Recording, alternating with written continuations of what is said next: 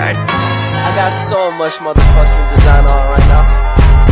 Bring it down, bring it back, make it clap. I got 3 old thoughts, new guap, wear that thing. Bitches on my line, and you know. Assalamualaikum warahmatullahi wabarakatuh. Kami dari kelompok 5 akan menjelaskan tentang Muhammad Iqbal. Pemikiran Muhammad Iqbal. Muhammad Iqbal terlahir di Sialkot, Punjab, India, 9 November 1877. Leluhur termasuk dari kalangan kasta Brahmana dari Kashmir yang telah memeluk agama Islam. Sekitar 3 abad sebelum Iqbal lahir. Muhammad Iqbal terkenal sebagai seorang sastrawan, filsuf, sekaligus negarawan. Muhammad Iqbal berkelana belajar di Eropa selama 3 tahun. Dia meninggalkan Eropa dengan gelar sarjana hukum di Inggris, gelar doktor dari Jerman, dan tesis tentang mistisisme Persia. Secara ringkas, ide-ide pembaharuan Muhammad Iqbal adalah: 1. Ijtihad, mempunyai kedudukan penting dalam pembaharuan Islam dan pintu ijtihad tidak tertutup. Kedua, kemunduran umat Islam disebabkan oleh kebekuan dalam berpikir.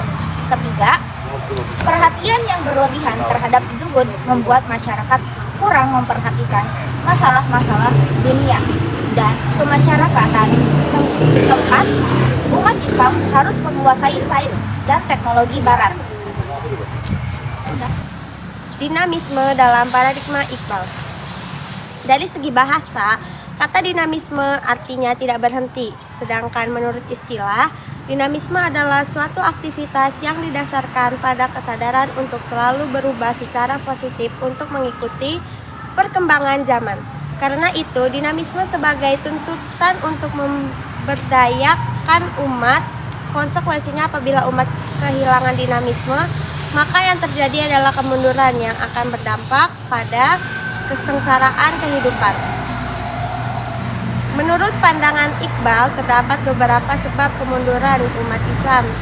Yang pertama, fakta sejarah menunjukkan bahwa kehancuran kota Baghdad banyak mempengaruhi peradaban umat Islam, karena Baghdad pernah menjadi pusat politik, kebudayaan, dan pusat kemajuan pemikiran Islam. Akibatnya, pemikiran ulama pada masa itu hanya bertumpu pada ketertiban sosial. Mereka menolak pembaruan di bidang hukum dan pintu ijtihad mereka tutup. Hal ini menyebabkan hilangnya dinamika berpikir di kalangan orang Islam. Yang kedua adalah ada kecenderungan umat Islam terjerumus pada paham fatalisme yang menyebabkan umat Islam pasrah kepada nasib dan enggan bekerja keras. Pengaruh suhu yang terdapat dalam ajaran tasawuf yang dipahami secara berlebihan dan salah itu mengakibatkan umat Islam tidak mementingkan persoalan kemasyarakatan. Paham fatalisme inilah yang menyerah umat Islam kehilangan semangat dan mempunyai mental budak. Yang ketiga, munculnya kelompok muslim yang menganggap pintu ijtihad telah tertutup. Pemahaman ini melahirkan sikap statis atau jumud dalam pemikiran umat Islam. Karena kegiatan ijtihad dianggap tertutup, kaum muslimin lebih cenderung mengikuti pendapat-pendapat mazhab-mazhab yang sudah ada dan bahkan terjerabab di lingkaran mazhab tersebut, sehingga jadi kemalasan untuk berpikir. Ada beberapa solusi yang harus diterapkan, salah satunya secara konsisten menerapkan konsep dinamisme Islam. Umat Islam harus membangkitkan kembali tradisi keilmuan dengan membuka pintu ijtihad. Pintu ijtihad tidak pernah tertutup.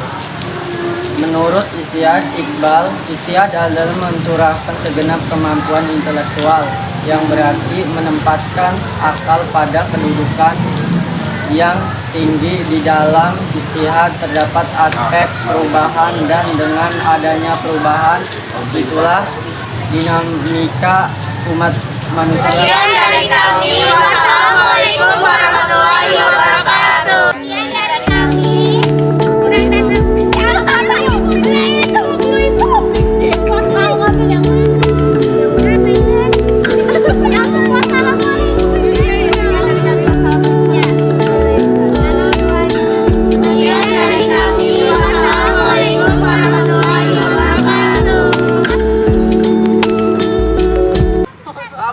ada.